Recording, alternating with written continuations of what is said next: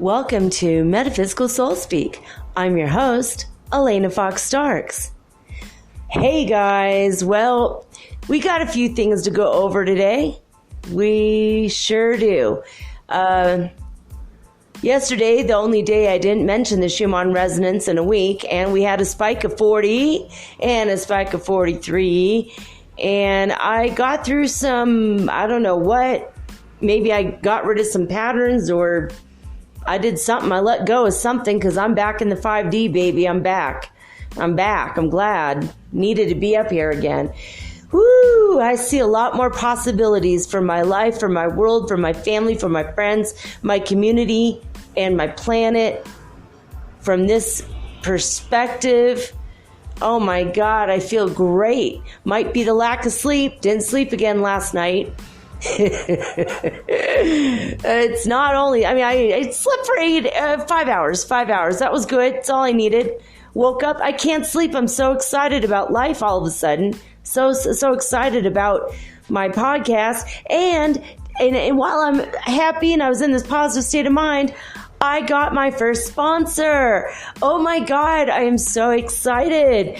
My beautiful, wonderful, brand new friend, who's also an old friend. I think I've known him since the dawn of time, like literally since God created time. Hey, there's an idea. Let's have time. Yeah, I'm going to create that. I think I've known him practically since that day.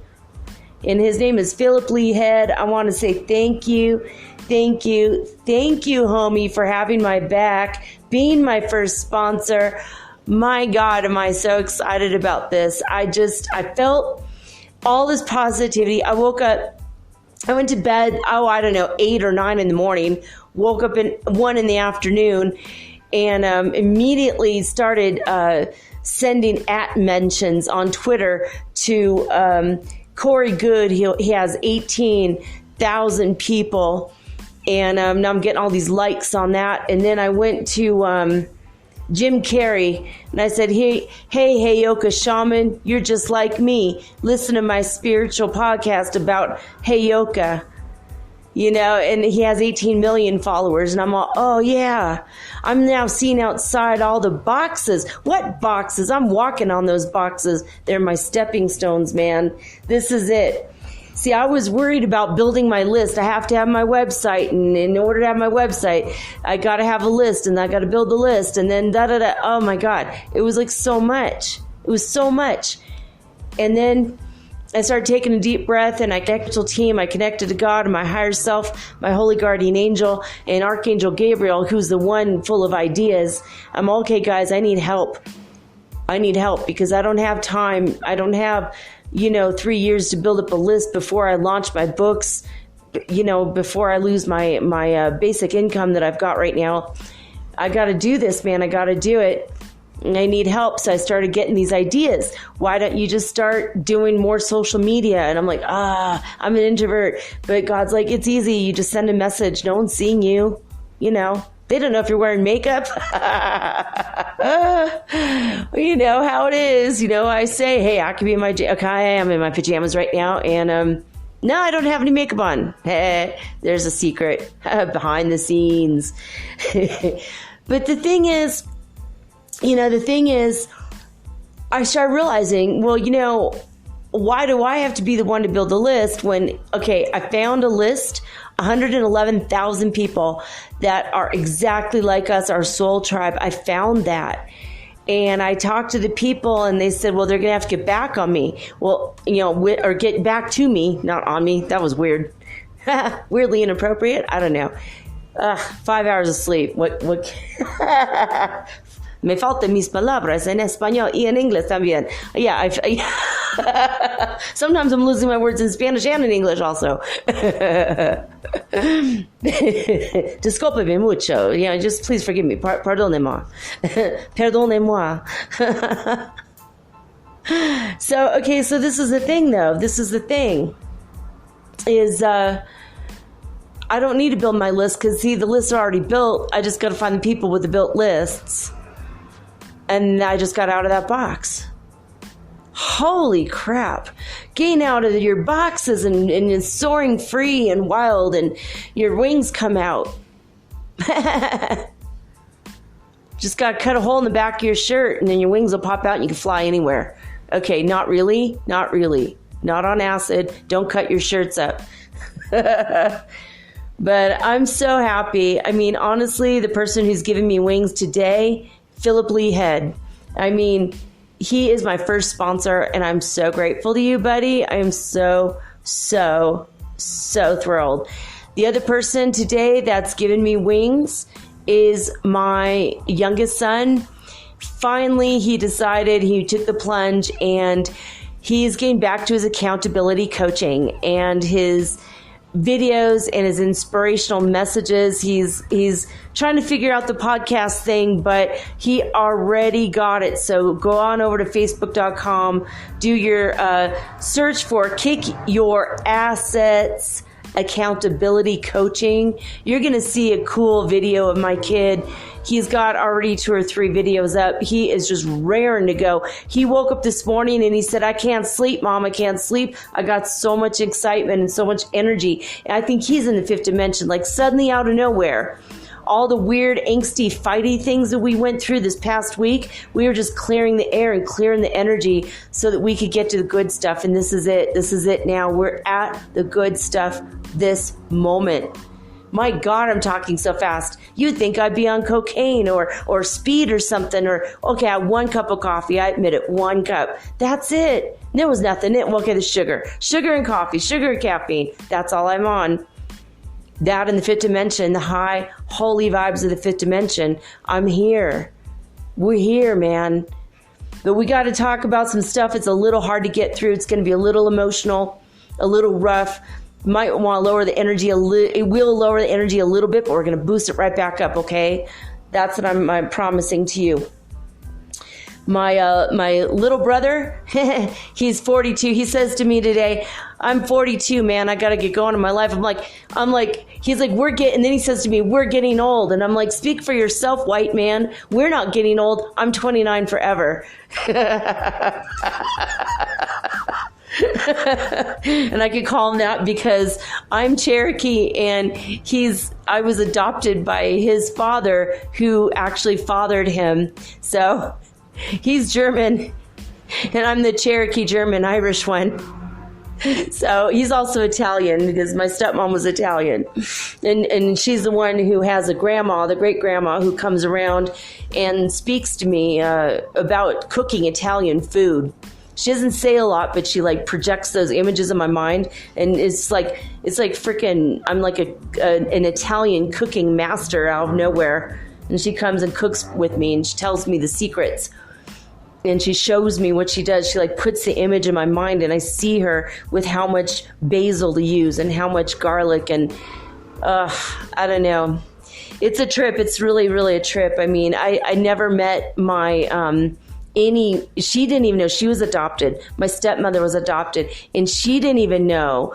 And it's so weird because her great grandma's the one's coming to me, right? Because, love is love is love, and a family is a family, even if you're not related, right?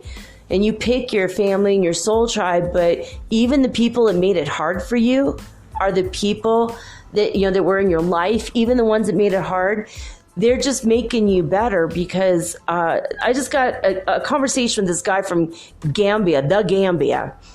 It's a country that has an article in front of it, the Gambia. Why do they do that? I don't know. It's hilarious. But people in the Gambia are having a hard time right now. And I saw this guy's video. He added me on Twitter and I followed him back. And he had this video of these little kids, and they're gathering in the town square, and there's one big bowl of food, and they're racing over to the food and eating the food, but they're making room for each other while they're starving, and they're eating this food so rapidly, like voraciously, and but they're still managing to smile and laugh and have fun together, even though they're in like a dire circumstance, and they're putting their arms around each other because they're comrades and they're buddies. They're brothers and sisters, and they're loving each other, even though that's the only food they're going to get today. It might have been the only food they got in the past 3 days. And this guy wrote me and he says, "Sister, I don't know what I'm going to do, but, I'm just reaching out because we need help in the Gambia." So I'm going to ask everyone to, just take a moment, pause this, say a little prayer for the Gambia, for all the people starving over there, the people that are hungry. He says, we got love and we got light, we got positivity, but we don't got food. And life is hard. We don't have it. What can I do, sister? And I said, I have a feeling, Omar, you're going to be a powerful force for good in this world. Start a podcast. It's free. Talk about the things that you're going through, but keep the positivity levels up. I have a feeling things are going to happen. I just feel it. I felt it. I just felt it. I saw how powerful and how much love he had in his heart when he's taking this video of these adorable children, and they're just so pure and innocent, and they don't deserve this, right? But at the same time, I'm looking at this going, well, you know what though, Omar? You can't make a diamond without heat and pressure, and that's all that's going on in those souls, in those little bodies, that are barely being nourished right now. Those souls are powerful, and they're becoming stronger and braver every moment of every day because of the pressure that they're facing. If they had a cushy life where they had all the money and all the everything, might not be that way, right? Might not. If they had everything handed to them on a silver platter, maybe they'd just be lazy. And maybe they wouldn't become really incredible good, kids that grow up to be incredible good adults. I don't know. I'm still praying for basic income, bn.org, Basic Income Earth Network. People need that. We need it. So we're still pushing for it. I'm still pushing for it. I'm still, I signed the petitions and I'm praying for it. I think it's just we're just a couple minutes away. It just feels like it. There's possibility in the air that I didn't feel before. Speaking of possibility in the air, scientists have discovered, yesterday it was announced, that they were able to backtrack in time using the quantum computer. This is the first step towards time travel, people. That's the first step towards time travel. So, I don't know. I'm going to do more research. I might come up with a whole show on it. Time travel. I mean, the fact that it's announced worldwide, I think we've had time travel, quite honestly, since the 1980s, maybe the 70s. I have a feeling about it. But it's going to be released to the public in 2028, according to all the time travelers that are coming from the future, coming back here saying, oh yeah, I'm from the future. And half of their stories is just BS. It's just, yeah, right, whatever.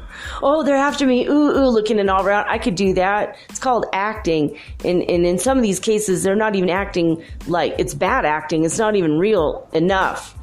But there was a guy that, if you go to Apex TV, just to check it out, if you're interested in time travel and the crazy stories, it's fun for me as a writer to hear the stories, even if it's bullshit, because it's still kind of, it's interesting. But this one guy came back from 4126, and the videos on Apex TV are from 2017, and a lot of the stuff this guy is saying has already come true.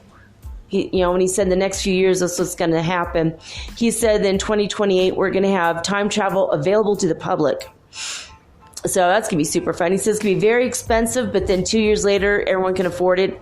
It'll be something that'll be like in everyone's household budget. basic income is coming. And he said, by the way, my family and I, we live in a different dimension than you guys. We're in the 5th dimension. You guys are in the 3rd. And he's talking back in 2017. So I thought that was a really weird and interesting thing to mention, because no one talked about the Ascension before 2017. In fact, it was in 2018 when I first heard about it. Well, no, it's 2017, but it was really like fringe. Like, you know, you'd have 3 or 4 people talking and they just sound like they're out of their damn heads. They dropped one too many dabs of acid in their water. But now everyone's talking about it. Now there's scientific proof of the Schumann resonance. Now we're getting the magnetosphere, all kinds of freaking out. And by the way, it's the magnetosphere that is now changing. When the magnetic North Pole is changing, Corey Goode just announced today that as a direct result of the magnetosphere changing because of the North Pole and all the plasma waves hitting us from the sun, what is happening, it is creating a field for telepathy to exist and become a real thing. I've known since the harmonic convergence. Go back and listen to my harmonic convergence episode if you didn't hear it. You'll see what all that's about. I mean, I've been working on this stuff for humanity since I left home, since I left my baby brother. You know, I mean, since 1986, 1987, I've been working actively towards the spiritual growth of humanity. And the thing is, we knew telepathy was coming. Terrified the crap out of us. Think about it. It's one thing for you to hear other people's thoughts and you know where you stand with them because there's no hiding. But then what are they thinking about you? That's why we need to get rid of the sexism and the racism and the homophobia and the gender dysmorphia and all the crap that we're going through. No one wants to have to hear this stuff from other people's heads, from inside their heads. You know, they could be smiling at you and calling you a bad name inside their head. That's why we need to fester it all out, get it all out. And now I'm going to talk about something that's not going to be easy.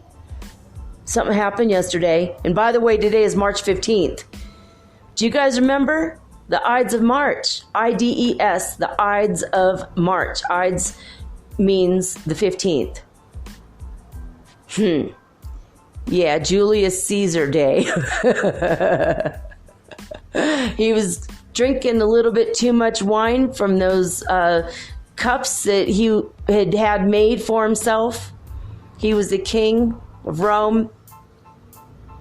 Drinking a little too much wine from lead cups, and he went crazy and he got mad and drunk with power. And a few weeks before this, back in history, I forgot what year it was, but Shakespeare wrote about it in the play Julius Caesar. He wrote. And in his play, he had a soothsayer. You know, it's always the soothsayers that are blind, they're old, probably had a wart on his nose. I mean, stereotype much. But he walks out from the crowd while Julius Caesar's delivering his speech, and he holds up his cane in one hand and his crooked finger and he points at him and he says, "You beware the Ides of March. Beware the Ides of March." And he was right. Julius Caesar ought to have been aware. And that's when Brutus and all the men in the Senate, they decided to stab him with knives all at once so that no one would know who delivered the final blow that actually killed him, and no one could be convicted, because when you have 15 people stabbing you at once, you don't know which one killed you. They had to. They felt like they had to save their country. It was getting bad for the people. It's kind of negative, right? But today was the Ides of March. Day that Julius Caesar was murdered. It was make one sacrifice of one person in order to save the whole country, the whole empire. Beware the Ides of March, saith the soothsayer. Now we're going to talk about that shooting. We have to talk about it. We have to address it. We got to fester it out. We got to get it out. If you don't address it, it's just going to fester. You got to get it out. You got to heal it. My heart goes out to my brothers and sisters, my Muslim brothers and sisters right now in Christchurch, New Zealand. If you didn't hear the news, I'm not going to go into gory detail, but basically a man dressed in full military armor, wearing a helmet with an automatic weapon, just went into a mosque during Jummah prayer. It's just 1 hour every Friday, in the afternoon. So I could never be a part of religion in which it's required to be somewhere at 7 a.m. I'm not a morning person. It was either, be a Catholic and go to midnight mass or go to Jummah prayer on Fridays and get it over with and have the weekend free to party. I'm just kidding.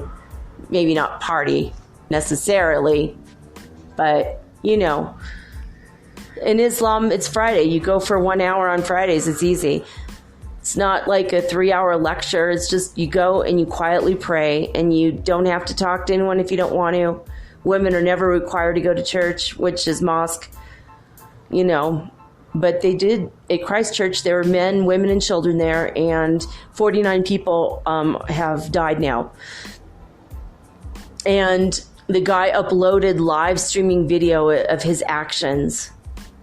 He felt disenfranchised, and he felt white people are being eked out, right? Like somehow he has this in his mind, right?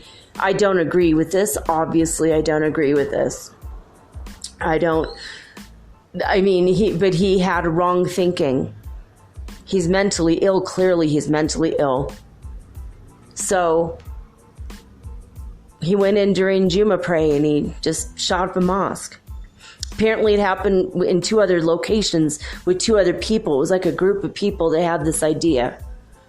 And this idea comes out of fear. And where does fear come from? Well, the third dimension. And what does fear stand for? FEAR, false evidence appearing real. And he convinced himself that his ideology was real. It was false evidence that appeared real to him in his mind because his mind wasn't right. He wasn't right with God. He wasn't right with himself or in his soul. And then he did this action. And these other people, they all convinced each other out of fear. Now, I have a personal connection to this, not to the guy, of course. Wow, well, that truck had something to say. Sorry about that, guys. I swear, it sounds like I'm out on the street, and I'm actually 3 flights up with my windows shut. And I still have these loud trucks. Anyway, but there are some things that I wanted to mention. Okay, so the shooting, there's a few takeaways that I've gotten, insights I've gotten since yesterday, since this happened last night. First one is, you don't know what breath is going to be your last. So you got to love yourself, love your family, your friends, love God, and live for today. In every single moment, you got to remember God. It says it in the Quran on every page, 2 or 3 times on every single page in the Quran. It says, and I'm not trying to convert you to Islam. That's not what this is about. This is about just explaining one reason why I was attracted to this in the first place. On every page it says, take time now to remember Allah, which is just the Arabic word for God. It's not a separate God. It's nothing crazy or different or evil or wrong. It's just the Arabic word for God. If this was in Spanish, it'd be take time now to remember Dios. If it's Italian, it'd say Dio, Mon Dieu, it'd say if it was in French. So just basically take time to remember God right now. Take time to remember God. You read 2-3 paragraphs that says take time to remember God. And it's training. It's mental training. It's almost like spiritual coaching from 1400 years ago. And that's one reason I was attracted to it, because it actually put me in that mindset where God, all the time, divine. So one of my takeaways from the shooting is, first thing is, you never know what breath is going to be your last, what day is going to be the last day you ever wake up. You don't know. So love God in every moment. Love God with every breath. Have God in your heart, mind, and soul. And if you don't want to say God, that's fine. Go with universal life force. Go with Goddess. go with Shiva, whatever it is that floats your boat, strikes your fancy, so to speak. However, the one will shows up in your life for you because, when there's 1,000 people, there's going to be 1,000 roads to God, to that divine, to going home and to knowing yourself, because you are that, right? So my first takeaway was you just never know when today's going to be your last, what day is going to be your last. So live it to the fullest. Love God, love your family, friends. Second takeaway is in Islam, if you are struck down and you die while you're praying, that's an instant free pass to the Garden of Heaven. Immediately you go to heaven. So, for whatever that's worth to you, if you're not a Muslim, it's not going to connect with you as much. But it reminded me of a story when I had time during Ramadan. I'd spent in 6 different mosques over in the Bay Area, in Oakland area, in Berkeley. And I was mosque hopping, so every day I went to a different mosque. It was so fun. My kids and I loved it. You get free food. You just give a donation, what you can afford. Even if you're not Muslim, even if you don't want to pray and you don't want to do any of that, you could show up later to have the free meal. It was really great for homeless people, during Ramadan every year. And we were at one of the mosques, and this lady said, "Did you hear what happened?" And it was like, I think it had happened in Africa. One of the women, you have to wash your feet and your hands and your head, and you ask God to bless you, and it's an act of purification, and it's just a symbolic, you probably do want to wash your feet because you're going to go into a mosque. You don't want to smell. You don't need 1,000 people walking around barefoot with smelly feet. So, it's like a practical thing, but also it's a spiritual thing. And you have chakras in your hands and your feet and your head. Islam is so spiritual and so metaphysical, but Muslims don't even know, actually. It's something I noticed just from my point of view. I'm like, oh, wow, this is a deeply metaphysical practice and act, and people don't understand it from that level because it's so level. There's so many levels to it. But anyway, this lady was washing her feet, and you have to say Bismillah, Allah bless us, God bless us, act, bless everything. And you have to say that all the time, and you get into a mindset of a higher vibration. But from that perspective, you see. And she was saying that, and as she was saying this, she slipped. And she fell and she hit her head and she died immediately. And this lady told me the story, and it brought tears to my eyes. I started crying, and she said, "No, sister, be happy for her. Rejoice, because the people who die during Ramadan while they're praying, the people that die while they're praying when they're struck down, Imam Ali was struck down by a sword that had poison on it, and the sword that cut to the back of his neck didn't kill him. It was a poison that killed him days later. And what did he spend? How he spent his time those last 3 days was it's a crazy story. He was praying for other people and asking God to bless them. Because that was who he was. That was who he was at his core, right? And again, I'm not trying to convert you, because wherever you are is perfect. God loves you no matter what, no matter who you are. Even if you don't believe in God, that's the facet you needed to hold right now. If you're dead set on being an atheist, then that's where you need to be, and that's okay. God needs to know what it's like to be an atheist. That's an experience. You're not going to believe what I just said if you're an atheist, but it's just the way it is. But the thing is, it's a blessing to die while praying in Islam. So, yes, send love and light and prayers and angels. Hold your loved ones safe and close tonight, the ones you still have. But they all did go to heaven immediately, man. They're there. It's all good. Don't worry.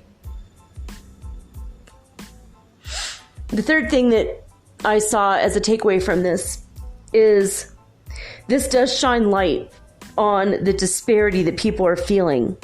the discrepancies, the desperation, the delusions and the illusions that life has offered of late, the past few decades. This guy had this illusion that white people are dwindling among the world's populations as people are intermingling and co-breeding and blah, blah, blah. And what he didn't realize is we're just one race, man. We're the human race. For me, interbreeding means I'm going to be having a baby with a blue dude from another planet. You know? And it's just a false evidence appearing real. He worked out of his fear instead of his heart. See, love and hate are not opposites. Love and fear are opposites. He was just on the flip side of love. He didn't know love. He only knew fear. That's why he did this act. But what he didn't realize is underneath it all, underneath all of it, down to our very bones, we're the same color. Everyone has white bones, right? Maybe not our teeth. But the rest of the bones, yes. I speak for myself because I just drink coffee every day. But our soul's light, it's all white, man. It's all pure white light. That is the color of our souls. But then when you keep looking deeper and deeper, and you go up to the 9th dimension, you realize that your soul is made up of every color of the rainbow, literally. Got to drop a couple tabs of acid to find out that, but you don't have to do drugs. Take my word for it. I did the drugs for you.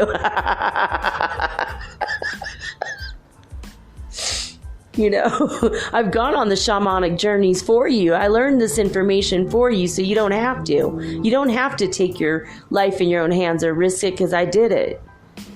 But I did it with complete faith that I was going to be okay and come back with the knowledge for you guys. And that's what I do. It's how I live my life, you know, and I don't do it every day. I have sacred times of the year I do stuff. When I learned that our souls are white, I've had 5 near-death experiences. I've only told you guys about, I think 2 you guys know about. I didn't tell you about the other 3. Had 5 near-death experiences. And you know what? This last time when I dropped acid, and I went to, 2 times ago, and I was at the Park Paradise. And it was the most beautiful park ever. And then I was in the 5th dimension, and then I went up into the 9th. And I realized that all white light isn't white at all. It's every color of the rainbow combined to make light. And I knew that from a scientific principle, but I experienced it firsthand from the people who created light, who created color. False evidence appearing real. That's what this was about. Do I feel sorry for him? Yes. Does he need to be in jail? Oh, hell yeah. God just gave him a huge timeout. So the fourth takeaway is you need to always make time for the universe, the universal one will, the divine, the God, whatever your interpretation of that power and energy is for you, that higher power. The 4th takeaway is always make time every day.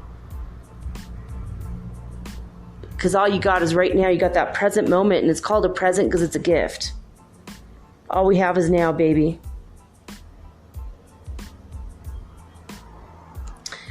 Let's see, I have one more thing here I was going to mention. Besides seeing all the possibilities, I'm in the 5th dimension and I'm on fire, baby. It's like, woo, out of nowhere. In spite of the stuff. There's that college scandal. That's another weird thing. I was watching the show When Calls the Heart, which is, my God, the most Canadian white bread show you can ever see in your life. It's like, I don't think they ever heard of black people on the show, right? I'm like, what the hell is going on there? But, you know, it's whatever. It's Canadian and I don't know. It's really weird. It's like, I know there were Native Americans there. How come they're not on the show? It's like a little bit it was weird. And I thought, well, there's something about it, though. There's going to be a message or something. So I started watching it. I think I've watched a season, maybe a season and a half of it. And it talks about miners and the problems of miners and, breathing in the coal dust and all the hard life. And, when the mine blows up and the wives are left behind, what happens. Anyway, one of the actresses, I was looking at her while she was acting. I'm like, she seems like such a sweet and loving person. And, well, she just got arrested this past week for, giving millions of dollars to USC to make sure her kids get in as quote-unquote rowers, and they don't even do any sports at all, let alone row a damn boat. And the woman has no integrity. So she's just a damn good actress is what it is. And I was fooled by that too. Remember I was telling you guys about the Jussie Smollett thing. Yeah, there's another lesson. You can't just trust. You feel like an energy from someone, and it might just be their charisma. I mean, when the devil's supposed to come back and fool a lot of people, yeah, he does it with that charisma. He doesn't show up in a negative, ugly form, dripping in goo of whatever, they put in stupid horror movies that I don't watch. I don't know. He's not going to have horrible teeth, No, he's going to have super white, beautiful teeth and a nice suit. He'll be dressed in Armani, I mean, when the devil comes, he's going to look sexy and handsome and seductive. And that energy is going to be like, oh, yeah, baby. And that's how he gets you see. Jussie Smollett had that charisma, right? He's in jail, right? Or he should be. Or he just got arrested. He just fooled us all. He didn't need to do that. He was already a force for good in the world in gay rights, LGBTQIA rights. He was already there. We didn't need the BS, And this lady, I don't know. I don't know if this is a good show or not. To be honest, I'm still it's an interesting show. It's kind of slow moving. It's one of those shows that when I don't feel like quite going to bed, but I don't really want to use my mind a whole lot. To be honest, it is kind of one of them white bread, the world is still safe. There's still white people. Oh, God, type of shows. So I just kind of take it with a grain of salt. I laugh at it. But some of the messages are cute. Sure, there's some cute things. There's some good issues, some good things. I'm getting every now and again, every 2 or 3 episodes, I'll get one spiritual insight. And then that will lead to something else that might lead to a part of this show. So, I mean, it's a little bit of an inspiration, but for the most part, it's not. One Day at a Time was just canceled off Netflix. I get a lot of inspiration from that show. My God, is that show woke AF. Rita Moreno. Oh my God, I love her so much. If there's ever a sexy granny that ever was a sexy granny on this planet, it's her. My God, she's beautiful.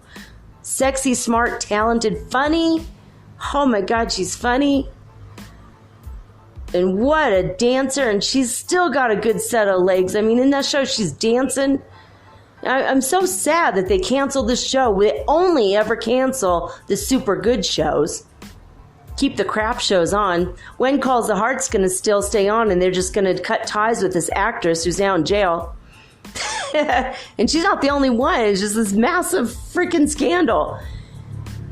Way to send a message to the whole wide world that you had no faith in your kids getting into college ever, so we're going to put a bunch of money into it.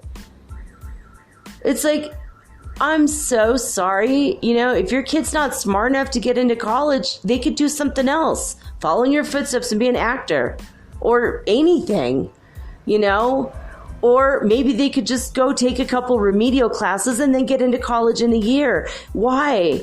It's like that me, now crap. And that's more stuff that's just bubbling on up to the surface that needs to get healed from the 3rd dimension so we can all move up to the 5th. That's another one of them things. It's another one of those things.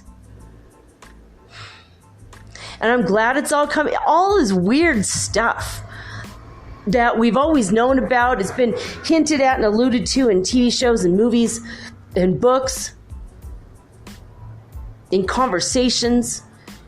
All that stuff Well, it's not who you know, it's who you blow. Well, all of that stuff,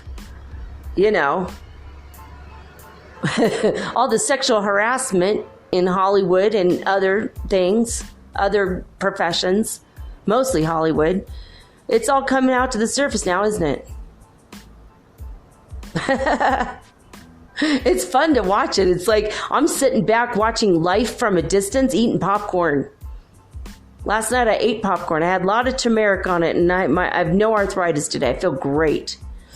Had with coconut oil. That's a secret. Add coconut oil with the butter. Oh my God. One day I'm going to give you guys my secret popcorn recipe, the full thing.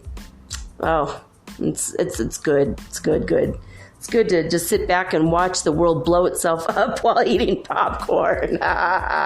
Healthy, organic popcorn. I don't know. It's good though. Everything is coming to the surface. Sometimes you got to drop back down in the third in order to fix something, then go back up to the fifth where we're happy again. Everything's good, lighthearted. So, and there's another lady on the Higher Self channel. They have now rejected me or have just started to ignore me completely on the Higher Self channel on YouTube. I've given them 2 podcasts, and they said that I have to give it only the sections in which I'm talking, and there can't be any music in the background. And they used that as an excuse and then never got back to me when I asked why. And then they proceeded to put 2 or 3 videos in a row of people that are just full of crap and there's music in their background. One guy has a 1:40 intro of like really crappy music. Sorry, I'm just being very judgmental about that. Music, we'll just say music, okay? Just really generic music that's like, I don't know, that's not inspirational to me personally. And it's just, why did you tell me that I needed to change my show to meet your needs when you put this guy on talking about stuff that he was just such a fool I had to turn off in 5 minutes? He had like an hours long talk. I'm like, oh, this guy does not know what he's talking about. And then yesterday again, and usually they have the best people. The best people I've seen come out of that channel is they've been promoting Amber White. They've been promoting Paul Butler. They've been promoting Metaphysical Mike. They were promoting the good people, right? Now, Victor Odo didn't need to go through Higher Self because he came up on his own. Ralph Smart came up on his own. These are the people, the new thought people, the new age thought people, the metaphysical people that know what's going on. Lisa Transcendence Brown came up all on her own. Although I think she sometimes Higher Self picks up her stuff and puts it on their channel. Probably because they want to be associated with her, not because she's begging for the promo. I was trying to beg for the promo, just to be honest. I wanted to promote my Metaphysical Soul Speak channel on YouTube. And so I'm like, hey, I want to put out the Kundalini one there. I mean, this is information that it took me 33 years to get from mystery schools, hardcore mystery schools, where you have to apply and they have to meditate on your soul. And they look into your karma and your Akashic records before you can even be admitted. This is the stuff that my dad, as a 32nd degree Mason, had to learn. And he had to take his secrets to the grave, right? I'm giving you the secrets that come from mystery schools that have the knowledge directly from the Master Masons. I'm giving you some heavy, this is knowledge that I've been giving out in my podcast that I could have been killed for if it was 400 years ago. Take that in for a second. It's time, okay? So this fool comes on yesterday and she has the most adorable personality. She's super, super cute. Looks like she's been studying spirituality for 2 or 3 years. She's kind of has a vibe of a new soul, She's super adorable, but everything out of her mouth was false, dude. 100% false. And I'm like, what is happening to this channel? Why are they not putting my real ass stuff and they're putting this, and she's not even telling her own stuff, and the stuff that she does tell looks like it's from like her therapist or something, which is good advice, but like she'll like tell something that's real, true, good advice followed by 3 pieces of disinformation. Then she put another good advice thing, and then halfway mid-sentence, more disinformation. And I'm all, dude, what's happening here? What's happening here? I don't understand. I just don't understand. So I just started realizing she started promoting someone whose last name is Neverland. Sorry, that's not someone's last name.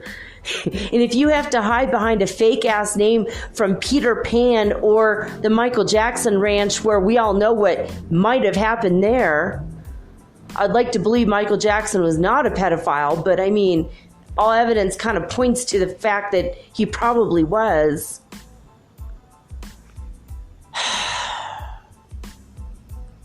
You know, and then you take up that name and you're associating yourself with that, and you're hiding behind the screen of that to put out, like, this woman read this other woman's blog and then put that on her video, and she was saying that all the twin flames are responsible for creating the 8th dimension and pulling it down to the 3rd dimension where we all are so that we can live happier.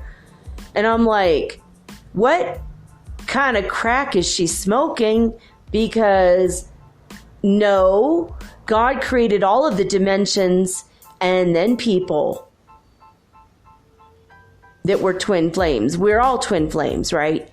So it's not like those of us that are incarnate as twin flames right now are going up to another dimension to bring it down here and create it. I'm not a creator of dimensions, baby.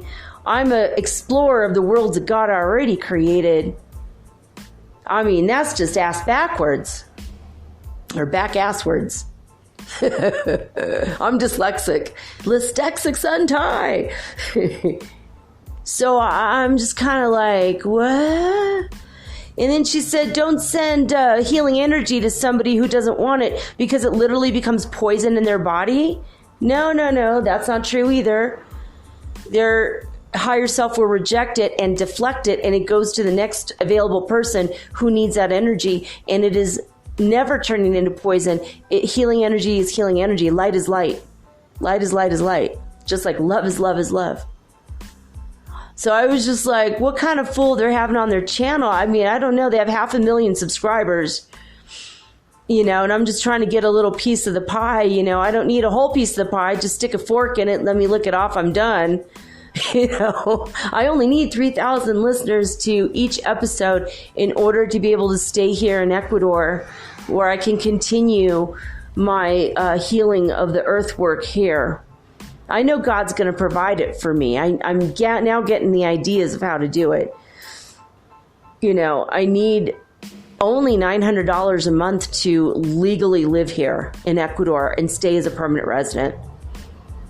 You know, I mean, I'd like to have a little bit more money because it'd be nice to, you know, travel and take a taxi once in a while, but you know, $1,000 would be better. But I mean, that's all I need, you know, and I'm like, oh, wow, you know, these people have like 90,000 people or 8,000 people every single day looking at these videos. And I'm like, I hope that people are using discernment. And that's my takeaway from that. Please, people, use your discernment. Even with the stuff I say, if you don't resonate with it, just let it be. Just use your discernment. Because even I can be fooled. I was fooled by this Lori Loughlin character and Jussie Smollett. They're actors with pretty eyes and a nice smile and a nice charisma. That charisma that gets you, right? Just like the way the devil gets you, you know, the Christian idea of that, you know. I have had Lucifer here in my room with me one time when I was talking about the darkness. Is a Graham and Marion story a couple weeks back on a Saturday I did. And he sat here and we had a conversation about some stuff. It's very interesting. Very interesting, you know. He doesn't create evil. Humans create evil because God wants to know the opposite of himself. He's just the punisher of the evil that's created by the bad people who, after they're bad, they continue to be that way. And in the magic story that I read yesterday, my old show, my Throwback Thursday yesterday, about the bad and the good inside of every single person. Even in the Cherokee Nation, we say we got the two wolves inside of us.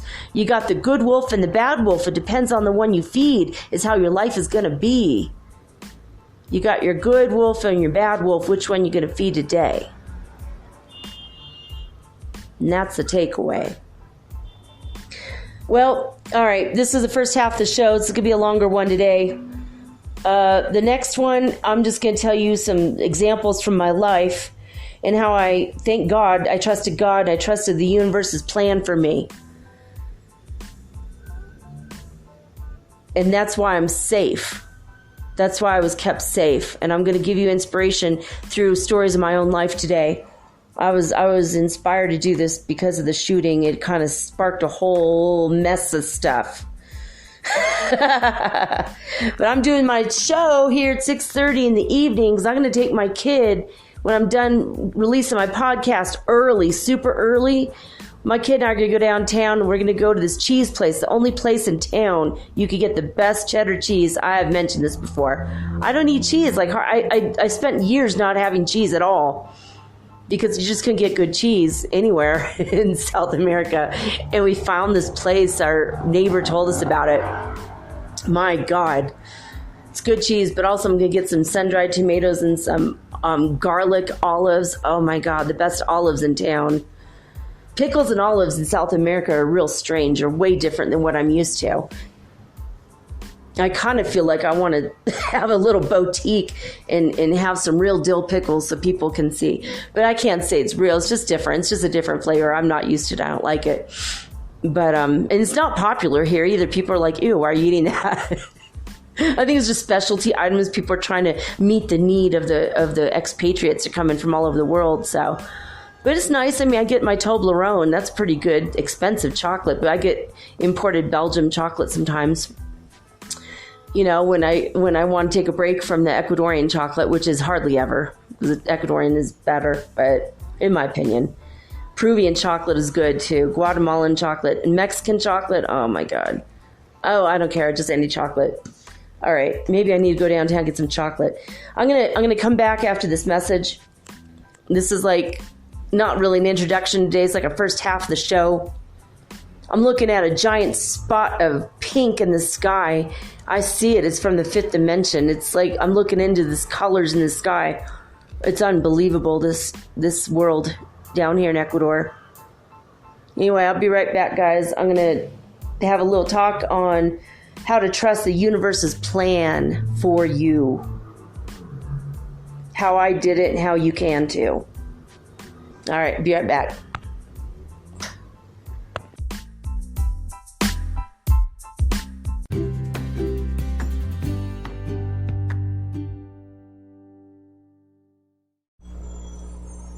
Hey you, have you ever thought about having your own podcast like me? Was it even a New Year's resolution? For me, it sure was. But as I've been looking into this for months, I was daunted. There's so many questions I had. When I was trying to get this off the ground, I was wondering, how do I record the episode? How do I get it across all the platforms? How do I get my podcast on Apple Podcasts when I don't even have an iPhone? How do I get it onto Spotify and all the other places? How do I get people to listen? And how do I make money from my podcast? How do I edit it? Oh my God, I had all these questions and I was so confused until I discovered the simple answer is Anchor. Anchor is a one-stop shop for recording, hosting, and distributing your podcast. Best of all, it's 100% free, and it is ridiculously easy to use. And now Anchor can match you with great sponsors too, so you can get paid to podcast. All you need to do is record it. You don't have to go out and look for people to advertise on your show. They help you. So basically what I like about podcasting is I don't have to have a video of myself. You don't know if my hair is dirty or if I'm still in my pajamas or even if I'm wearing makeup. Haha. And it's so easy. I could do this from the comfort of my own home, in my living room, using this amazing app right from my cell phone. So easy, right? So if you've always wanted to start your own podcast and make money, by the way, doing it, please go to anchor.fm/start. That is anchor.fm/start to join me and the diverse community of podcasters that are already using Anchor. Again, that's anchor.fm/start. I can't wait to hear your podcast, and I can't wait to favorite you. Woohoo! Let's be broadcast podcast buddies. I'll see you there.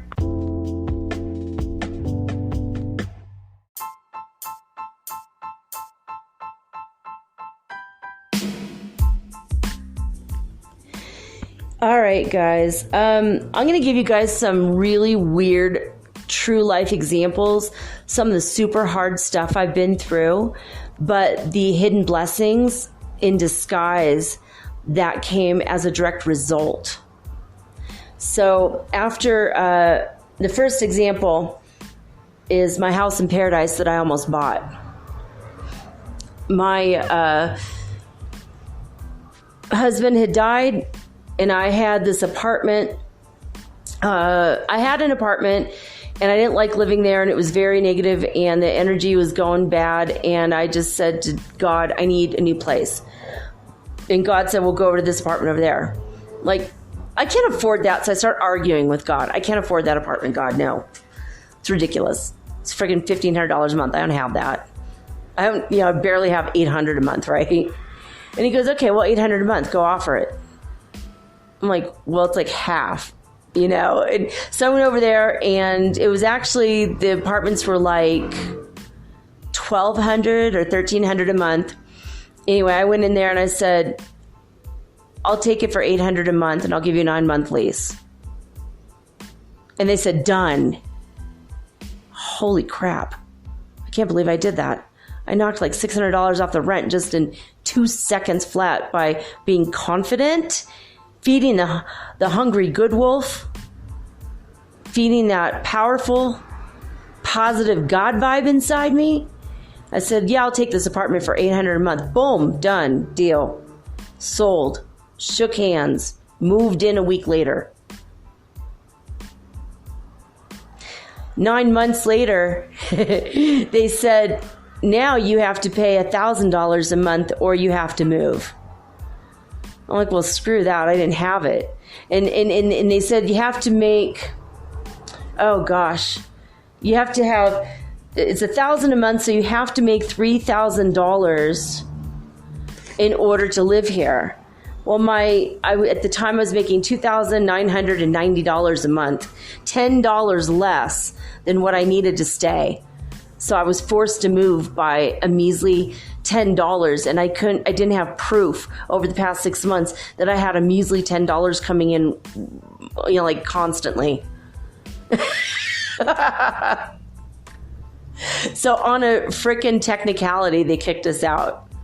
Like, they did not renew the lease. Then they gave me a wonderful recommendation, said they'd rent to us in a heartbeat anytime again.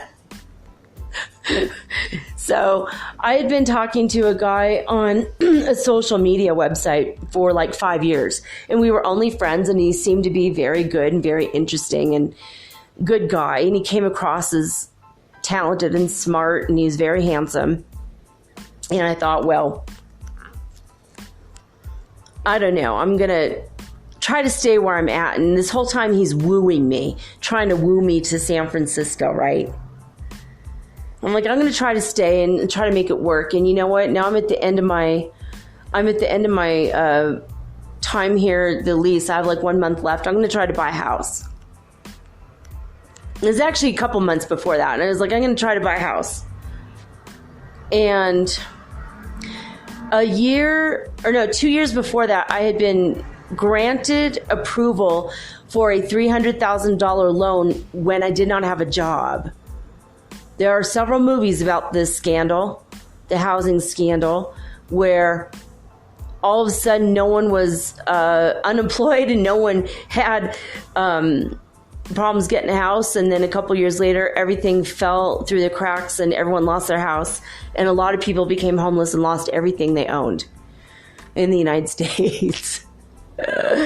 They called it the housing bubble burst. There's the scandals of the housing and mortgage lenders and all that.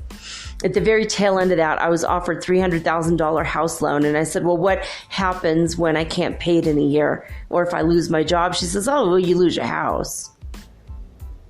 You're not going to go to jail or anything. You just lose your house. And I'm like, yeah, but then where do my kids live? You know? So I did not take the loan, but I had been approved. And I thought, well, okay, now I was given 60 days to renew my lease. And I'm like, well, I'm going to try to buy a house because I was offered that loan after all. So I just started going around and around with my real estate agent. And I had a pre-approved letter for like $100,000 or something, or $160,000.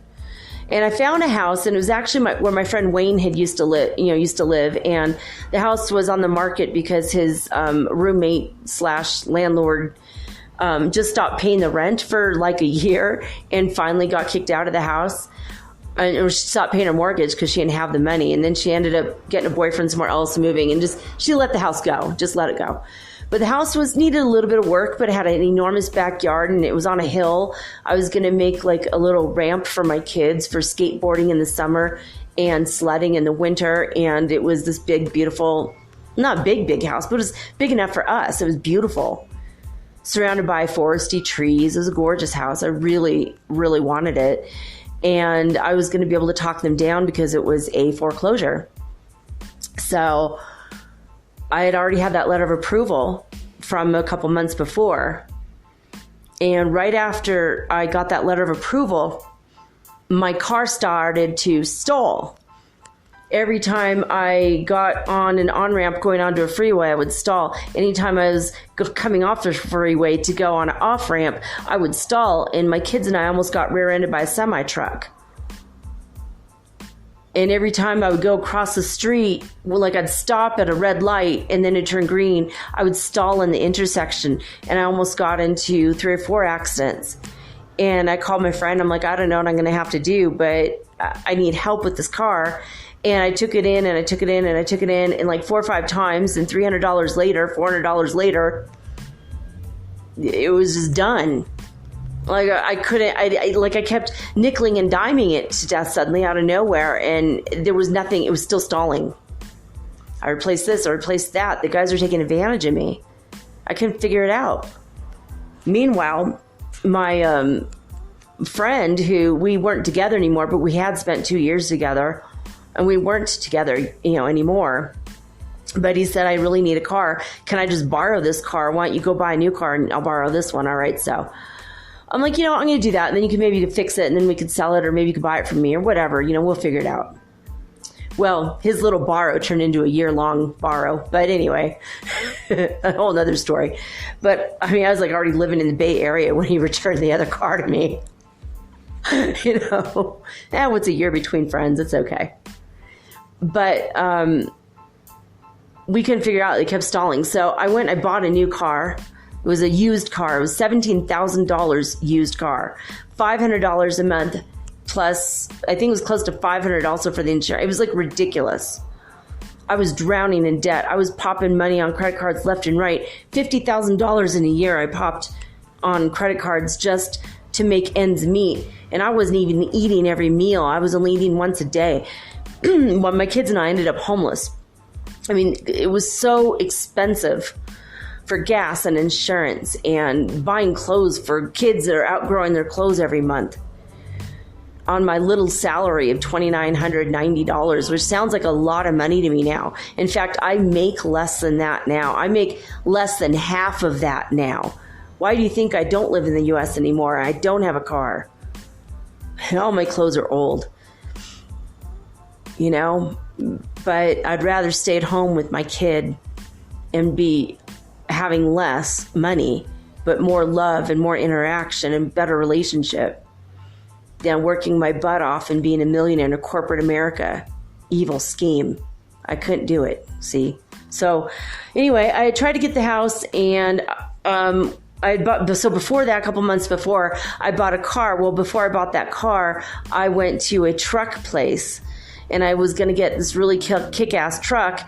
It threw a rod during the test drive, and I brought it back, and I had taken it to a mechanic, and he's like, this truck is horrible, don't get it. So I brought it back over to this guy. It was only $8,000, and it would have been the death of us for sure.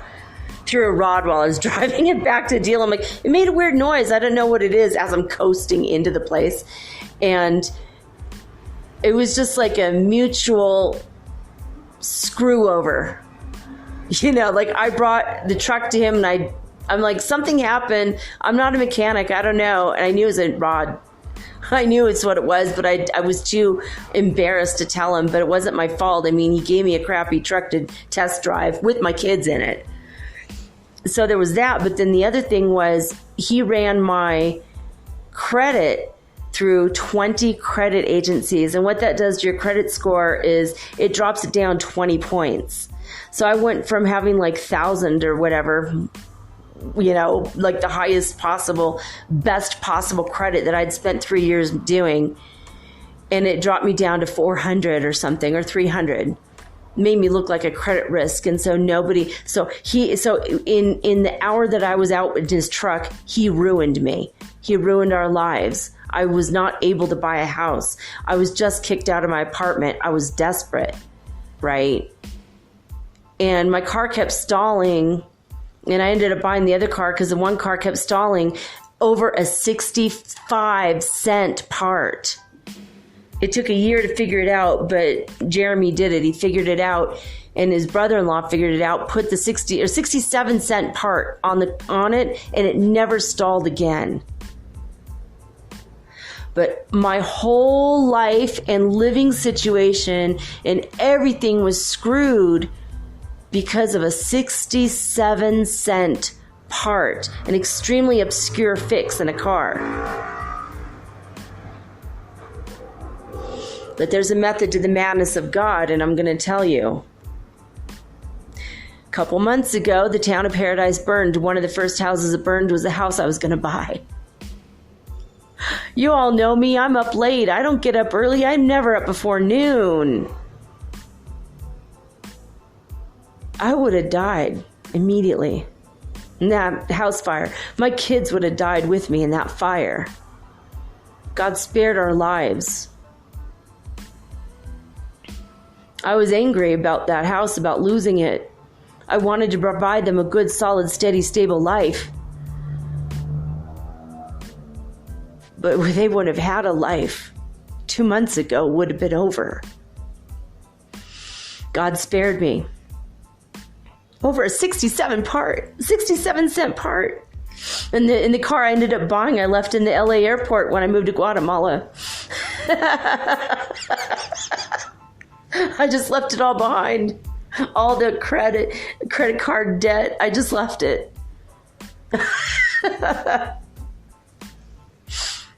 So that's the first one. Trust God's plan for you. Trust the universe's plan for you. It sounds weird when you're going through it and you're like, oh my God, I'm homeless and I can't get this. And I had a $300,000 loan on the table just 2 years ago, and a $169,000 loan on the table just 2 months ago. And now I can't get this for anything. And then you just feel like, what, my credit is screwed in like 1 hour. It took me 3 or 4 years to build it up. And it's all false evidence appearing real. It's all a big fat illusion anyway. It's a big fat lie. All this whole credit card scandal and scamming and all the money, and it's just a big fat illusion. But that big fat illusion was what God used as a tool over a 67-cent part that changed the course of our lives and kept us safe.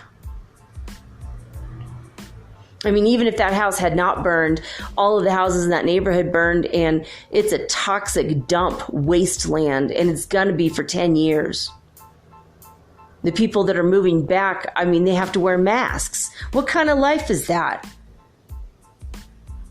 My heart goes out to all the people of paradise. I'm glad I didn't die there. I'm glad God spared me and my children. I wouldn't be making this podcast today if it wouldn't been for a 67-cent part that sent my life and my credit score spiraling out of control. So the second thing is, because I was about to become homeless, this guy who had been trying to woo me for 5 years said, I really want you to be my wife. I'm like, look, I had somebody in my life, and this is all so intricate. And I mean, I had been single for a while, for like almost, 9 months. The whole time I was in that apartment for 9 months, I had been single. But I started talking to a Muslim man. He was my best friend's brother.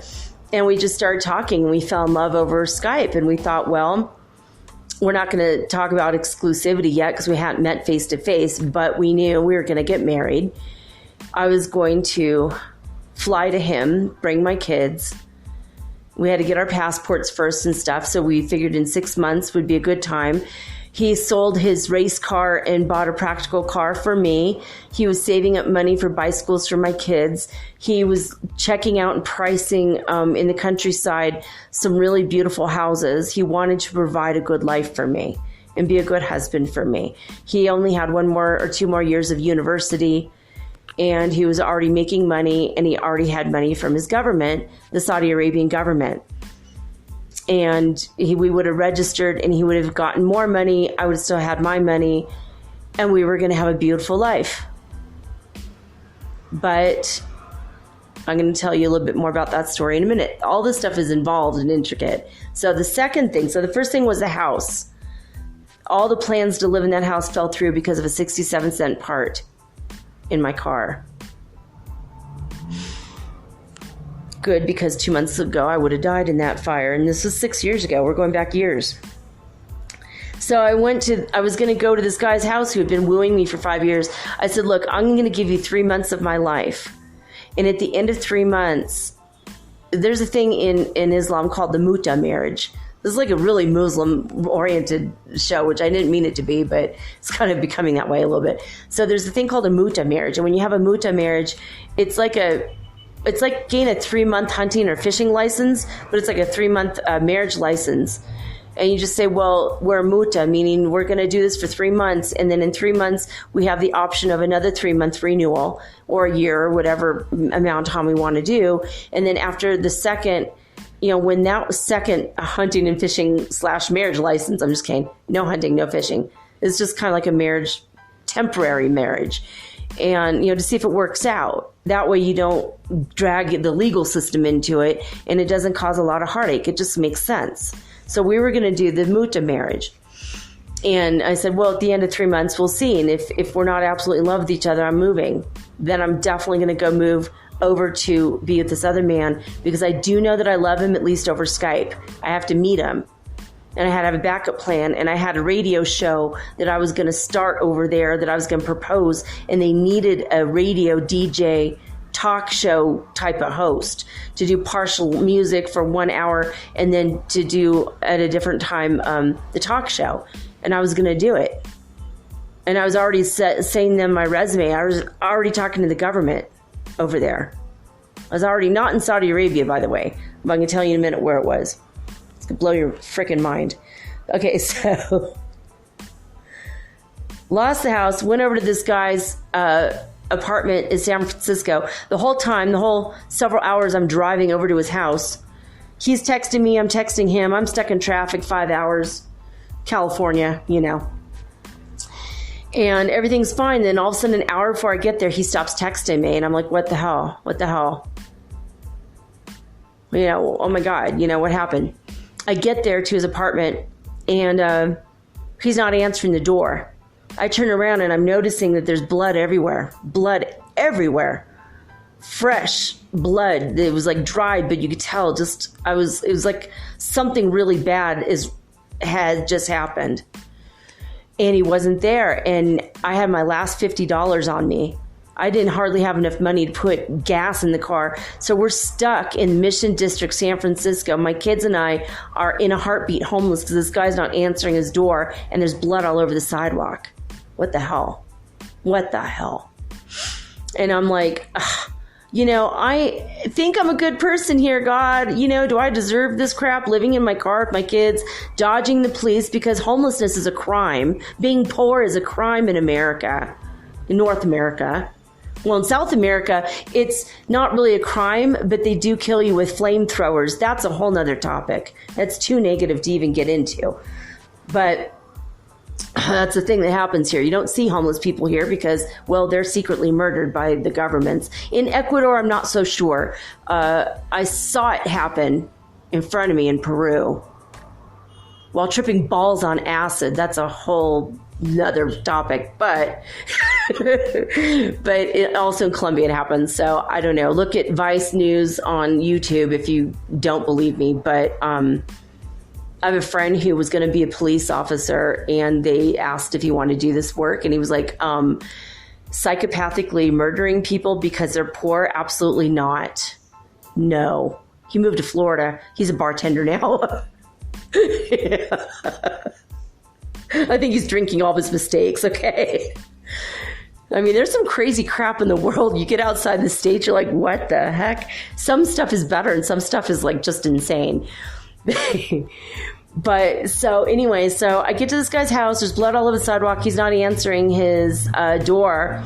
And I'm thinking at this point, either something really bad happened to him or he's a big fat liar and wanted to cause a big joke on a widowed mother with children. So either way, I don't want anything to do with this jerk anymore, right? So never met him in person, but we knew each other for 5 years, talking like every week for 5 years, just normal, innocuous. Hey, how are you? How are you? How's life? What's going on? Just normal talk. So, but he seemed like a nice enough guy. I'm like, well, I'll meet him. And I told the kids, if he's a dick, we're going to get paid in 3 days anyway, and we'll just go find our own place. So I'm telling him 3 months, but it really might just be 1 day. And I was taking a real chance, but I was desperate. At that time, I had nothing else. It just came down to the wire, and things just the house fell through. Everything was falling through. So there was a little tiny place a block from where his apartment was, and I scoped it out like a stakeout for like 3 nights. He never came home. No one went in that building. No one went out of that building for 3 days, 3 nights. I felt like a weird, crazy stalker, but what am I going to do? I'm down to my last $50. I have 3 days. I'm in the Bay Area, and to eat in a restaurant there, a bowl of soup and an iced tea is $25. Lucky for me, I found a Nicaraguan restaurant around the corner, and I had a cup of coffee every day for breakfast for me. And my kids, I got them the breakfast special that had coffee and juice, and it was like $2.50, so $5 each. Or maybe it was $2.50. Yeah, so it was $5.80 or something every day for breakfast. And then we found 3 blocks from there was a place we could go get a sandwich for $5. And so by the time I got paid, I think I had $4 left. Not a good position to be. Homeless with children in the big city, Mission District, San Francisco. It was pretty scary. I got paid, and I was able to buy more minutes on my phone, and I made 260 phone calls. 259 people had an excuse for as why they don't want to live with children. And the other one said, well, maybe come by and meet us, but we still are leaning towards no. We went and met them, and we loved them. We loved these people. They were the coolest, most amazing, hippie, funkadelic, shaman, musical teachers, just wonderful people. They had a little kid who came out of the womb playing every Beatles song known to man by heart, knowing the drums and knowing the words before he could even speak words. This kid he's not like autistic or a savant. I think he was one of the Beatles or something, or one of the biggest Beatles fans that died and reincarnated as this amazing musical genius. Didn't feel so genius at 6 o'clock in the morning when he got his mom's pots and pans out and drummed every morning to wake us up, screaming at the top of his lungs these songs and singing in perfect pitch, by the way. God, I'm so jealous of that. No, not really. He's so adorable.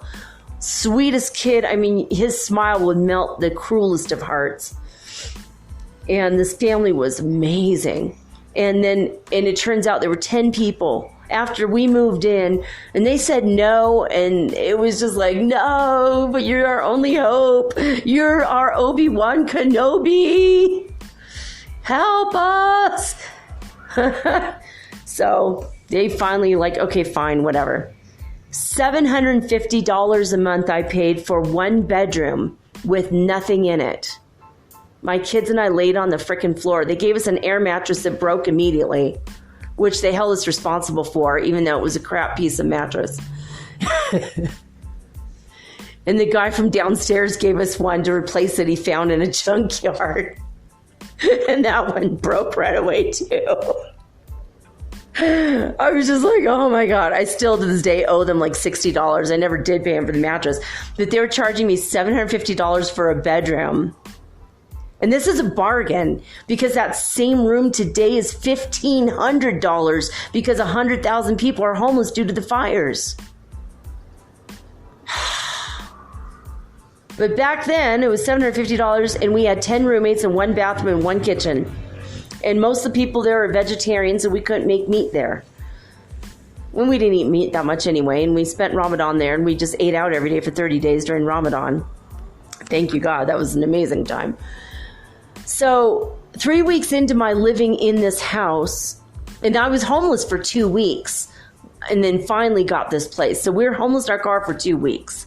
And then we got into this place, and 3 weeks later, it was like 1 week later. So 1 week after living in this place, 3 weeks after the blood on the sidewalk incident, that guy finally gets to me. And he goes, "You're not going to believe what happened."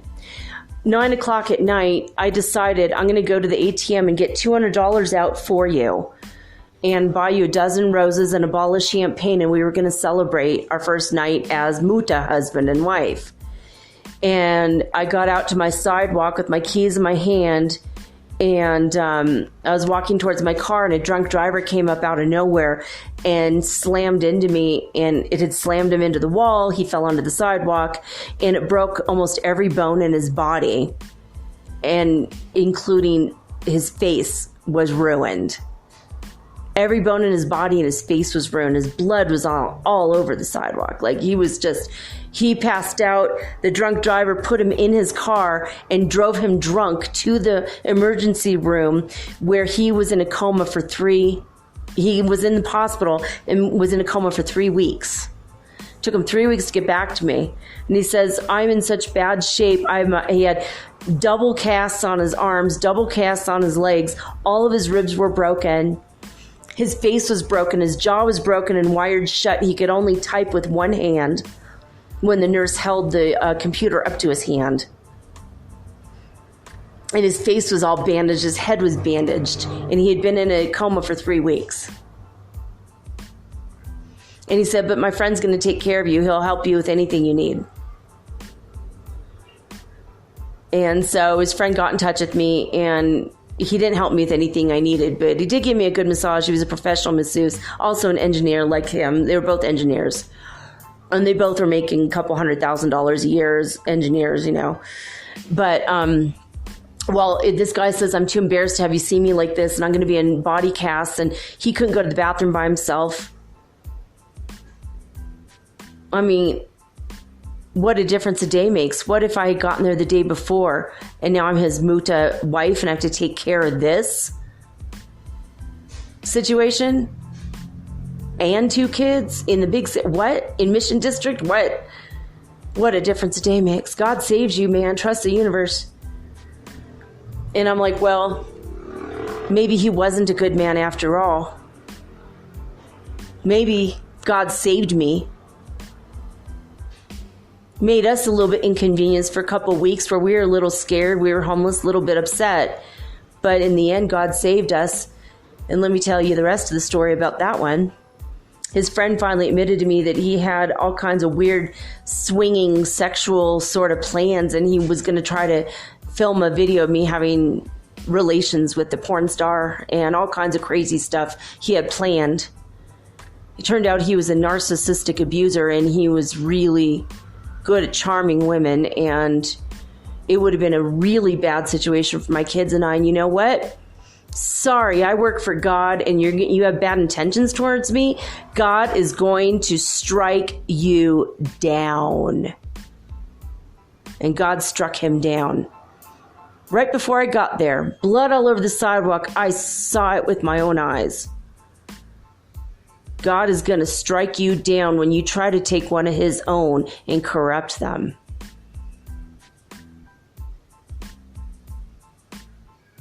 Okay, so in the meantime, I, was still talking to the one that I knew I loved. I knew I loved him. I still love him, but he is Saudi Arabian, and they have a lot of strict rules and regulations. And the only way I was ever going to marry him is if he absolutely will never live in Saudi Arabia. I mean, I can't handle the heat. I live at 8,000 feet elevation right now because it's nice and cool. I'm not interested in super hot weather that can kill you. Plus, I'm a redhead. I can't deal with the sun. I can't even be outside in that ever. In a burqa, oh my God, there's no way. I mean, I would have gone for holidays or something. I would have worn a burqa for a week or two. But to live forever, no, I couldn't do that. But he didn't want to live in Saudi Arabia, and he said, I don't want it. God forgive me. Allah forgive me. I do not want a wife from my country. I want an American or a Russian or somebody from somewhere else, a New Zealand or somebody from a different culture, because I am a traveler. I'm the black sheep of the family. I'm a world traveler. It's what I do. It's what I like. He went to the Ukraine and lived there for 2 years and learned Russian. And then he went to New Zealand to learn English with a New Zealand accent. This guy is not a typical person, right? He's a super strange and unique, wonderful, amazing human being. And he had a lot of integrity, beautiful person. But he was talking to me, and then all of a sudden he kind of didn't talk to me for a while. He didn't know about the potential muta marriage situation, which didn't happen anyway. And which was, and I was just, it was like one of those acts of desperation because you're scared, but then things work out anyway, but not in the way you think. So I'm with this guy, and I'm like, okay, yeah. I'm talking to him every now and again, but now I'm not talking to him for a while. And I had told him, look, I don't want to be out of integrity ever. So what I want from you is when you go to visit your parents, you need to tell them about me, that you want to marry me, and that we're going to have a life together, that I am going to work part-time, and you're going to go to school, and I'm going to support your endeavor to go to school, but I'm going to supply money for my children. I'm not going to put strain or, heart. I'm going to be a perfect partner for you. And we had it all worked out financially, logistically. And I was going to move to New Zealand to be with him. Auckland. But Christchurch might have been the next step. I might have been gunned down in my mosque yesterday. That might have been me. But for the grace of God go I. But for the grace of God go I. And at the time, and it hurt me, and for years this has been hurting me. For years I've been hurt because he went to tell his mom and dad and found his mom on her deathbed. God rest her soul. And she said something to him on her deathbed. I don't know what. Probably don't marry an American. I don't know. Maybe she was racist. I don't know. I don't know what happened there. All of a sudden, he never talked to me ever again. He's still my friend on Facebook, but he never reacts to anything. He never responds to me. He broke my heart. I've had a feeling he might have been possibly seeing someone maybe there, but we decided not to. It was like a no ask, no tell, not until we're together, but then we'll be in integrity with each other. But you can't expect me to be faithful unless I meet you in person. But I had a backup plan. I still wanted to live in New Zealand. I still wanted to be there. If it didn't work out with him, we were still going to be friends. His family was becoming like my family. His brother was my very best friend. I saved his brother's marriage 3 times. His wife doesn't even know that I did that for him, for her, for them. His whole family thinks that I'm a menace. That's what his other brother said, because I talked to them. I'm like, oh my God. God helped me dodge a bullet there too.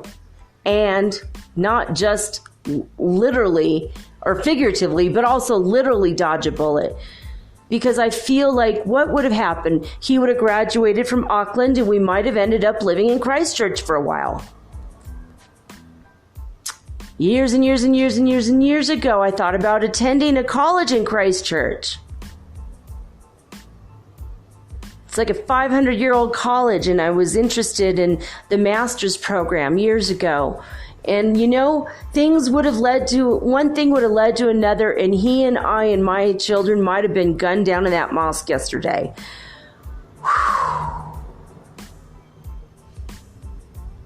I didn't need to spend the last 6 years brokenhearted over him not talking to me anymore. I just needed to trust the universe, and that is my takeaway. I didn't trust the plan that God had for me 100% back then, and I allowed my heart to be broken by something that would have ruined me and or taken my life too soon. The inner workings of the universe, you have no idea how deep it goes, how much goes into the planning of it all. And when you try to undo it or unravel it and you don't listen to where God needs you to be and you don't trust, things can go wrong, sadly wrong. So today I am grateful for my life, that I wasn't with that crazy man in Mission District. I thank God for my life that I did not die in paradise 2 months ago. I thank God for my life that I was not gunned down in a mosque in New Zealand yesterday.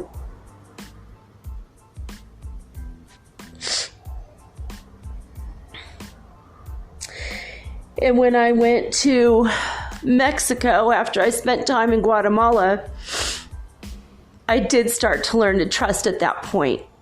I felt in my gut one day, every day was paradise and wonderful. Mexico was an amazing place in Puerto Escondido in Oaxaca. I had coconuts and pineapples and iguanas, and even the little caimans, where everything was so mellow that they didn't even try to bite you. These little alligators, you walk by them on the beach, they're like, it's too hot. You're not worth my time. It was so mellow and beautiful and wonderful, and our life was so good there. We were saving so much money, and everything was so wonderful. In fact, in 9 months, I saved enough money to buy a house in Detroit. It was like my foothold in the States, and it was my goal. At bare minimum, to fix a house in Detroit and improve the lives of the people there, and raise their vibrations while I'm there, and raise the community property values, and bring some positivity and light. That was my goal. And that's at the least, and at the most, I was going to live there forever and have a wonderful life. And that was my goal. And I was in Mexico. And then one day I just looked at the kids and I go, I know that we have like another 2 or 3 weeks on our visa, but we need to get the hell out of here right now. And they're like, why? And I go, I don't know. But I'm trusting the universe now, because I'm trusting God, because now I'm getting the feelings and now I'm getting the vibes. We need to get the hell out of here. We left on an airplane, and 24 hours later, a hurricane hit that made the whole town flood. Everyone had to be evacuated, and everybody lost everything. 24 hours after I left.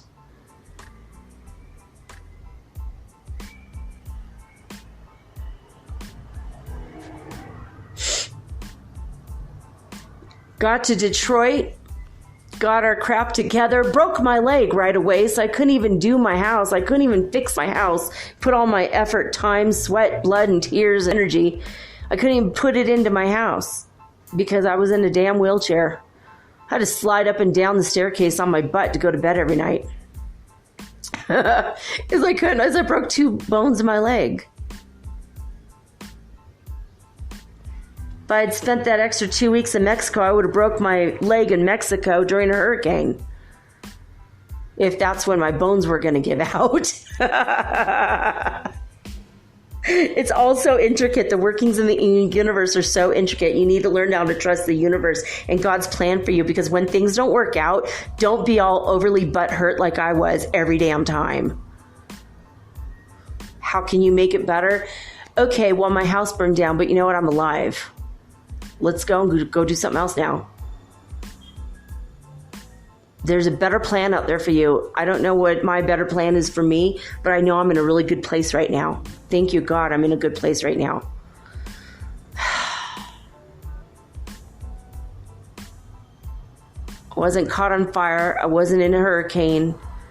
I wasn't abused by a narcissistic dick bag. I wasn't gunned down in church.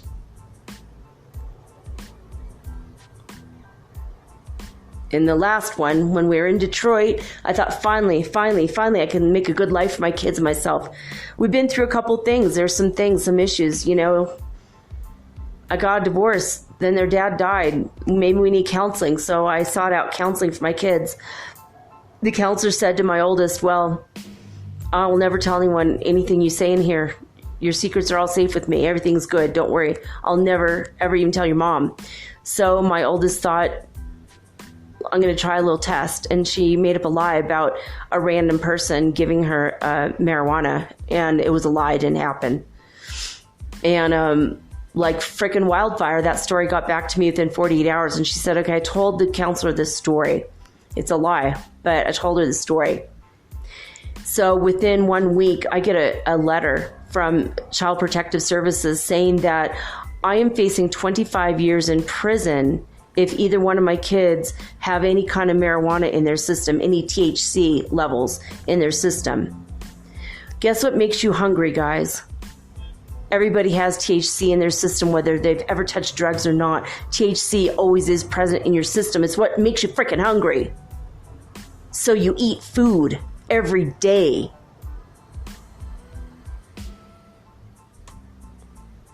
So CPS threatened to send me to jail for 25 years for giving my kids marijuana, even though it was a made-up concocted story, just to test the integrity and trust level of that therapist who blew it immediately. Made both my kids never trust therapists. Blew it immediately. And in the letter, it also said that both my kids will be going to juvenile hall if they have any marijuana in their system. And if they turn 18 during that juvenile hall, they will be transported to federal prison, which would ruin their chances of a life. It would ruin everything. Now, even though it was a made-up concocted story, I'm not a dummy. Everyone has THC in their system. Period. Because it's part of your brain. It's a neurotransmitter in your brain. I mean, you can't get high with a drug unless there is a lock, and that drug is the key that unlocks the lock that already exists in your brain. So, shit hit the fan immediately. Sorry to say, shite hit the fan. Sorry about the swear. That's like, what, number 10 this week? Anyway, sorry about that, guys. So basically, this is what happened. I get a random letter sent to my house saying that we're all going to jail and our lives are pretty much freaking over. Well, I made an excuse. I quickly cut off my phone so they could not contact me by phone.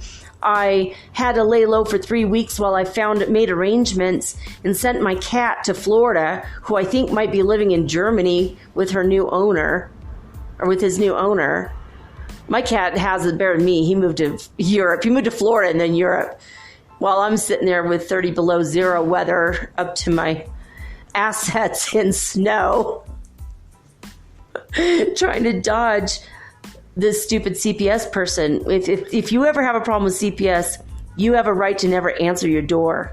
You have a right to not let someone in, and you have a right not to answer your phone. That is your God-given and legal rights. So we were laying low for 3 weeks. Every time someone come around, we'd be like, oh shit, be quiet, shh, shh, shh, shh. Put us into a post-traumatic stress disorder situation. Because of that threatening letter. It wasn't a, hi, we got a weird report, we don't think it's true, we're just going to come by.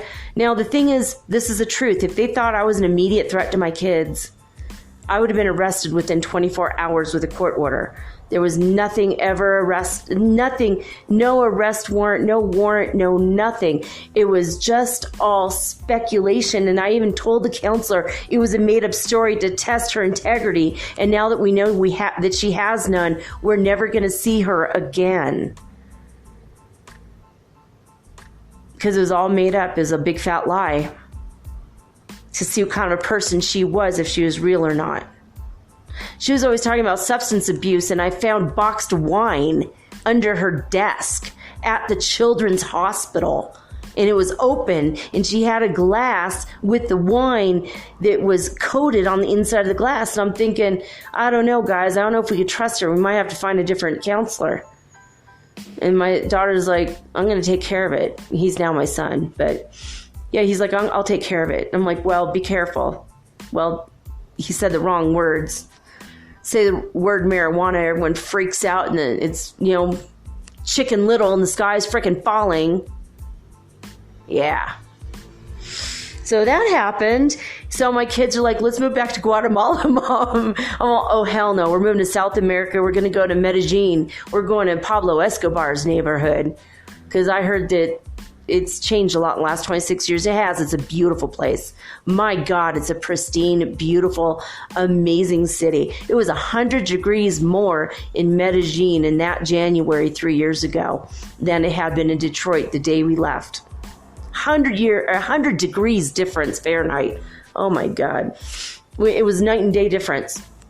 Suddenly we had freedom. Suddenly we could walk down the street. The cops aren't going to stop us because we're in the street, walking down the street. My kids could take a sip of beer, sneak my beer, and no one's going to freak out.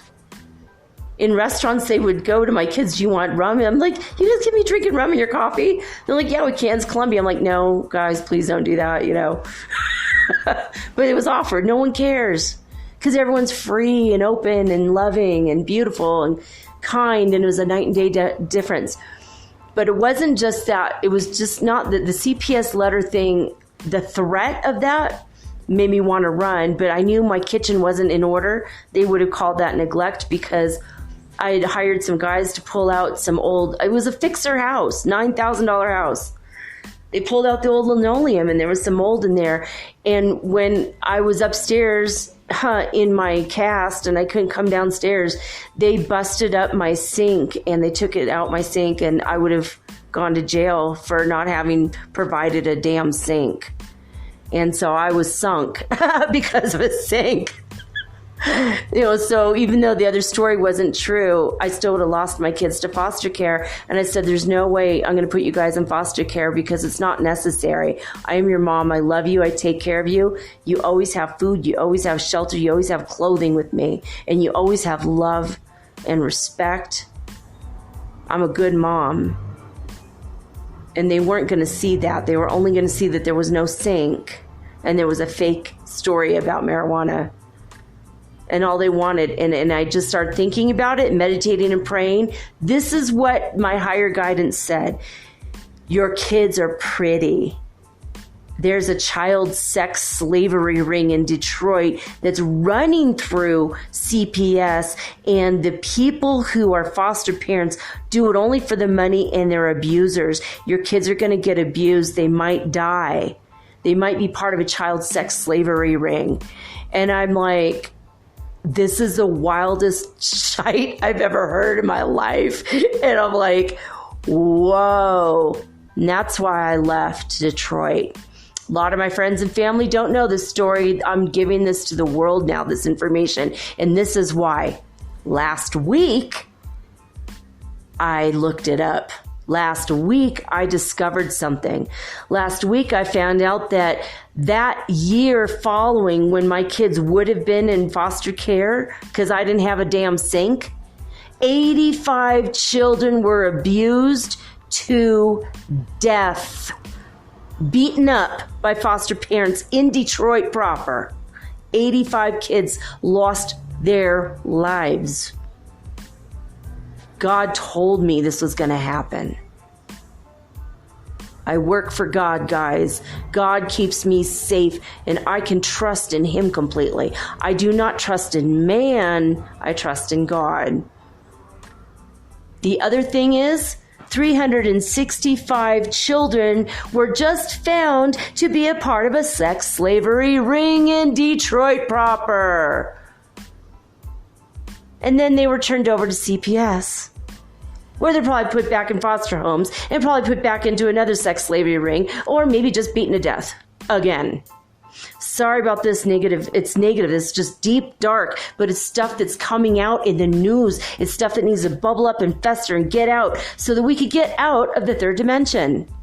This is more scandal, more scandal, more scandal. My kids might have been a part of a sex slavery ring. They might have been beaten to death.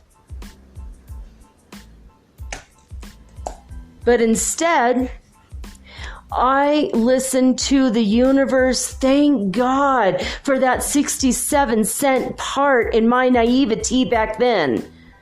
Because I learned through the School of Hard Knocks, through the University of Hard Life Knocks, that the only one I can trust is God.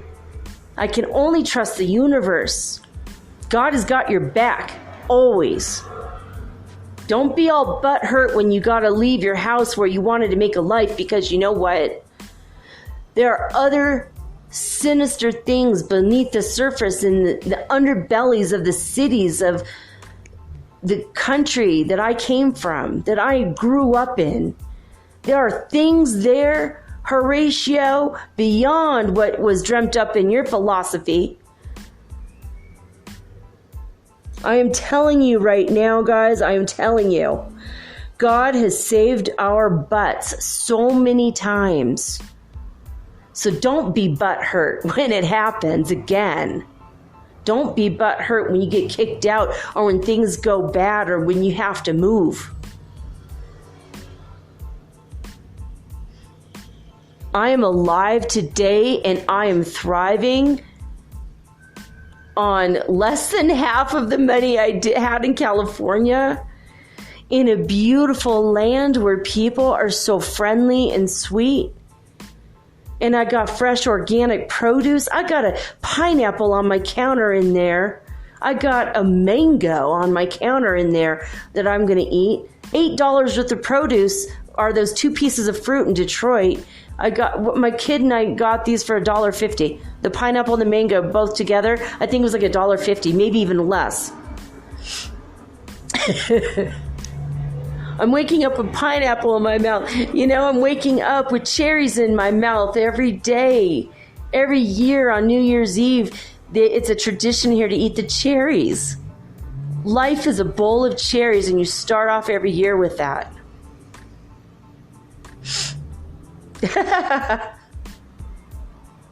I am strong, and I am brave, and I am free, and I am independent, and I don't have to answer to any authority except the Lord. And that's what humbles me. I bow to the authority of the God before me who I work for. He's the only one that's kept me safe. My husband's body grew feeble and old, and he died of brain cancer, and he divorced. We divorced, and it was a horrible time, and he was very abusive at the end because of the brain cancer. Before that, he was a lovely man. All the stuff that we went through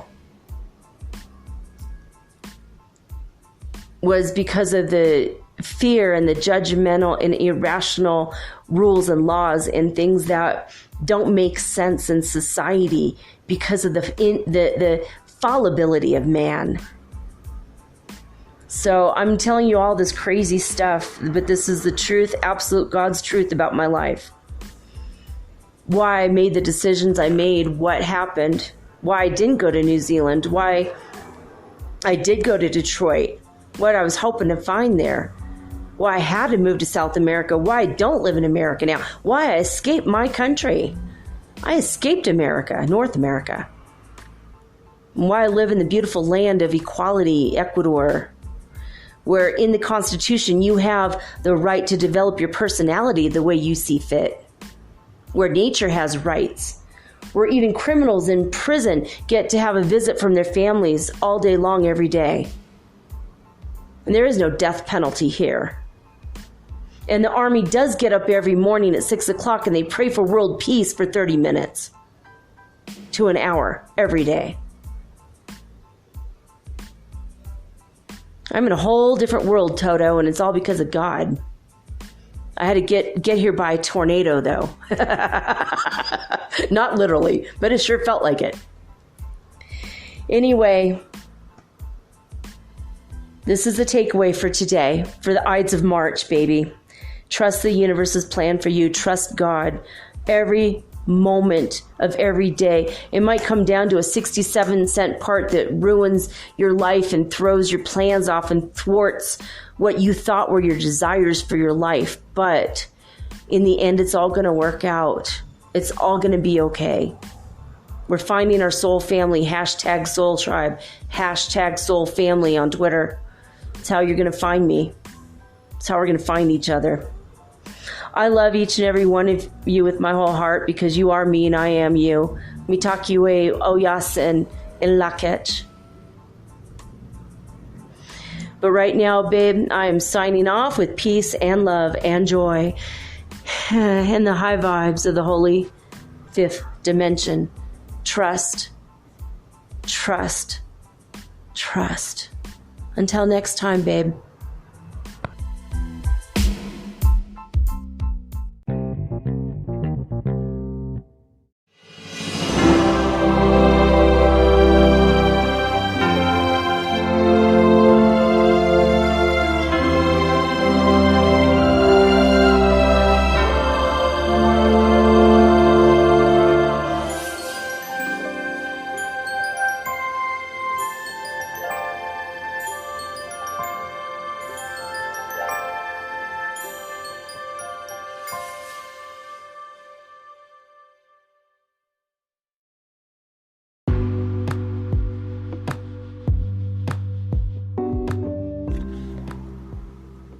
Metaphysical Soul Speak is run on sponsors and listener support.